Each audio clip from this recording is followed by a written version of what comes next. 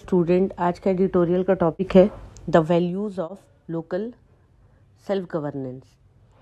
ये जो एडिटोरियल है वो जीएस 2 के पॉलिटी एंड गवर्नेंस के पार्ट को कवर करेगा, उससे आप रिलेट कर सकते हैं।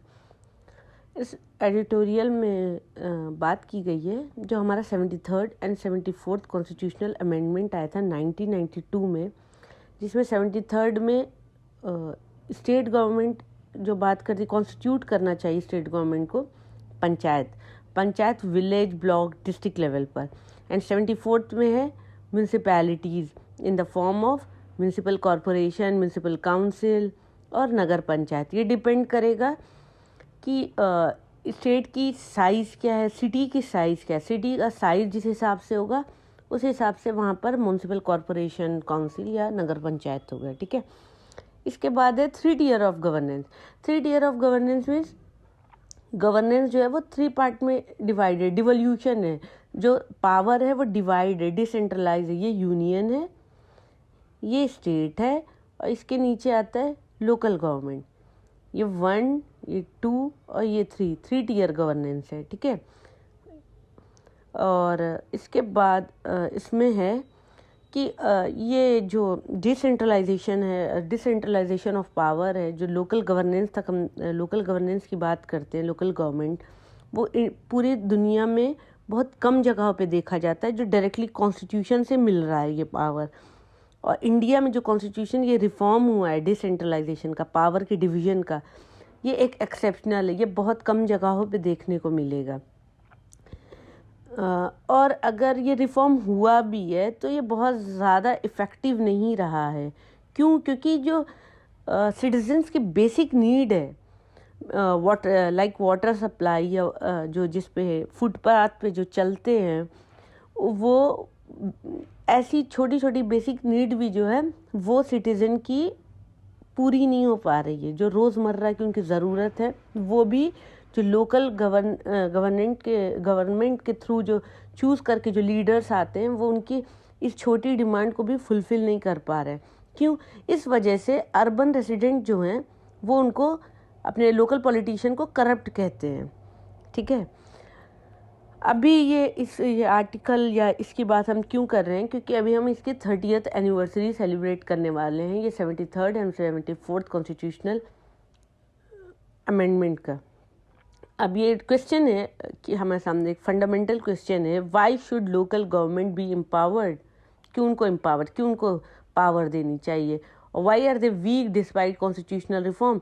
और कॉन्स्टिट्यूशनल रिफॉर्म होने के बाद भी लोकल गवर्नमेंट वीक क्यों है?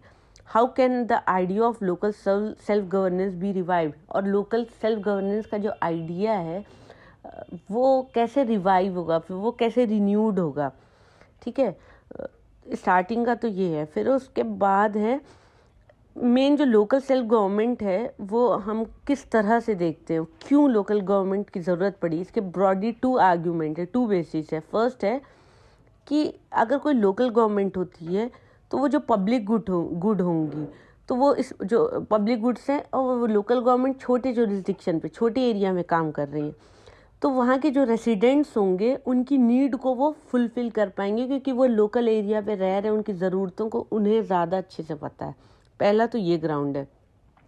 सेकंड है कि इस तरह से सेकंड ग्राउंड ये है कि लोकल सेल्फ गवर्नमेंट जो हमारी डेमोक्रेसी को है वो डीपर करती है और मजबूत करती है। कैसे?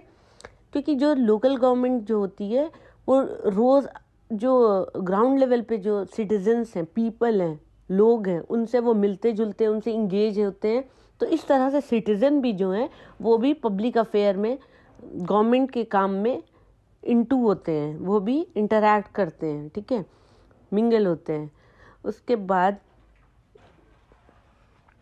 जो डिसेंट्रलाइजेशन है हमारा क्यों ज़्यादा सक्सेसफुल नहीं हुआ, 73rd and 74th constitutional amendment ज़्यादा सक्सेसफुल क्यों नहीं हुआ? 73rd and 74th constitutional amendment ज़्यादा सक्सेसफुल नहीं हुआ, कहीं ना कहीं इसमें स्टेट गवर्नमेंट के भी स्टेट गवर्नमेंट को भी कहा जाता है कि वो ज़्यादा डिवोल्यूशन ऑफ पावर नहीं कर रहा, पावर नहीं देना चाह रहा है, कि जो वहाँ के इकोनॉमिक या सोशल डेवलपमेंट हो या सोशल जस्टिस हो या वहाँ के जो इलेक्शन होते हैं कंडक्ट होते हैं या जो रिजर्वेशन ऑफ सीट्स हैं शेड्यूल कास्ट शेड्यूल ट्राइब या विमेन को, या जो टैक्सेशन है या जो ग्राम सभा में जो पार्टिसिपेशन होगा लोगों का, उसमें लोकल गवर्नमेंट का ज़्यादा अथॉरिटी नहीं है, पावर नहीं है। इनफैक्ट स्टेट गवर्नमेंट देती है अथॉरिटी, और स्टेट गवर्नमेंट ने ये अथॉरिटी पूरी तरह से लोकल गवर्नमेंट को नहीं दिया है। फिर डिबेट है, ये एक बहुत बड़ा डिबेट है कि लोकल गवर्नमेंट जो है वो ग्राउंड लेवल पे वर्क क्यों नहीं कर पा रहा है सही तरीके से, जबकि हमारा कॉन्स्टिट्यूशन इस चीज़ की पावर दे रहा है।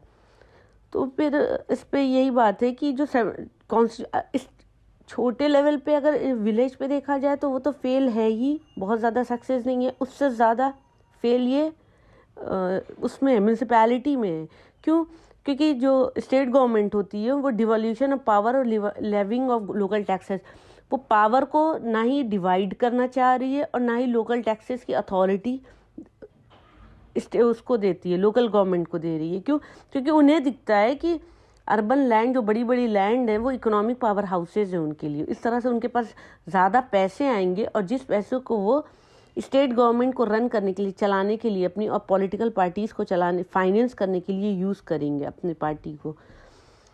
इस पे एक बहुत बड़ा अभी बहुत अच्छा जजमेंट आया है पटना हाई कोर्ट का, जिसमें बिहार म्यूनसिपल अमेंडमेंट कुछ हुए थे जिसको अनकॉन्स्टिट्यूशनल बताया गया। क्या अमेंडमेंट हुए थे? उस अमेंडमेंट में ये था कि grade C and D government के एम्प्लॉय थे म्यूनसिपैलिटी के, जिसको ट्रांसफ़र करके state government directorate of municipal administration में भेज दिया गया। इसको वहाँ की जो पटना की हाई कोर्ट थी उन्होंने अनकॉन्स्टिट्यूशनल बताया। उन्होंने क्यों अनकॉन्स्टिट्यूशनल बताया? क्योंकि उन्होंने ये कहा ये रिसेंट्रलाइजेशन ऑफ पावर है और इस तरह से जो लोकल गवर्नमेंट सेल्फ गवर्नेंस होगी वो वीक होगी। और ये जो है, ये आइडिया जो है वो हमारे 74th और 73rd जो हमारे सेल्फ गवर्नेंस की बात करते हैं, लोकल गवर्नमेंट की बात करते हैं, उससे बिल्कुल अलग है, कॉन्ट्रडिक्टरी है। ठीक है। उसके बाद ये जो आज का आर्टिकल है उसमें इसको मैं कंक्लूड करूँ, अगर ये जो सबसे इम्पॉर्टेंट पार्ट होता है, लास्ट का जो कंक्लूजन होता है, ये जो जजमेंट है ये बहुत इम्पॉर्टेंट रहा। किस तरह से? क्योंकि ये 74th कॉन्स्टिट्यूशनल अमेंडमेंट को प्रोटेक्ट किया, लोकल सेल्फ गवर्नमेंट को प्रोटेक्ट किया इस वजह से। और दूसरी चीज़ है फेडरल फ्रेमवर्क। अगर फेडरल गवर्नेंस, फेडरलिज्म की बात किया जाए तो इंटेलेक्चुअल आर्ग्यूमेंट्स जो फेडरलिज्म पर हुए हैं वो अगर वो बात करते हैं तो कहीं ना कहीं उसमें लोकल सेल्फ गवर्नेंस की भी बात करती है। अगर ब्रॉडर टर्म में फेडरलिज्म को लार्जर डिस्कशन अगर हम इस पर करते हैं तो जो पावर होता है वो डिवाइड होता है और शेयर होता है यूनियन में, स्टेट में और लोकल गवर्नमेंट में। और इस तरह से हमारा स्ट्रक्चर डिवोल्यूशन ऑफ पावर है, या जो हमारा फ्रेमवर्क है कॉन्स्टिट्यूशन का, वो इस तरह से बना हुआ है कि इनकी पावर यूनियन स्टेट को पावर डिवाइड करे और स्टेट लोकल गवर्नेंस को दे, ताकि लोकल गवर्नमेंट जो है वो अपने लेवल पे, ग्राउंड लेवल पे वर्क कर सके। तो ये रहा आज का एडिटोरियल का analysis. Thank you to watching my video.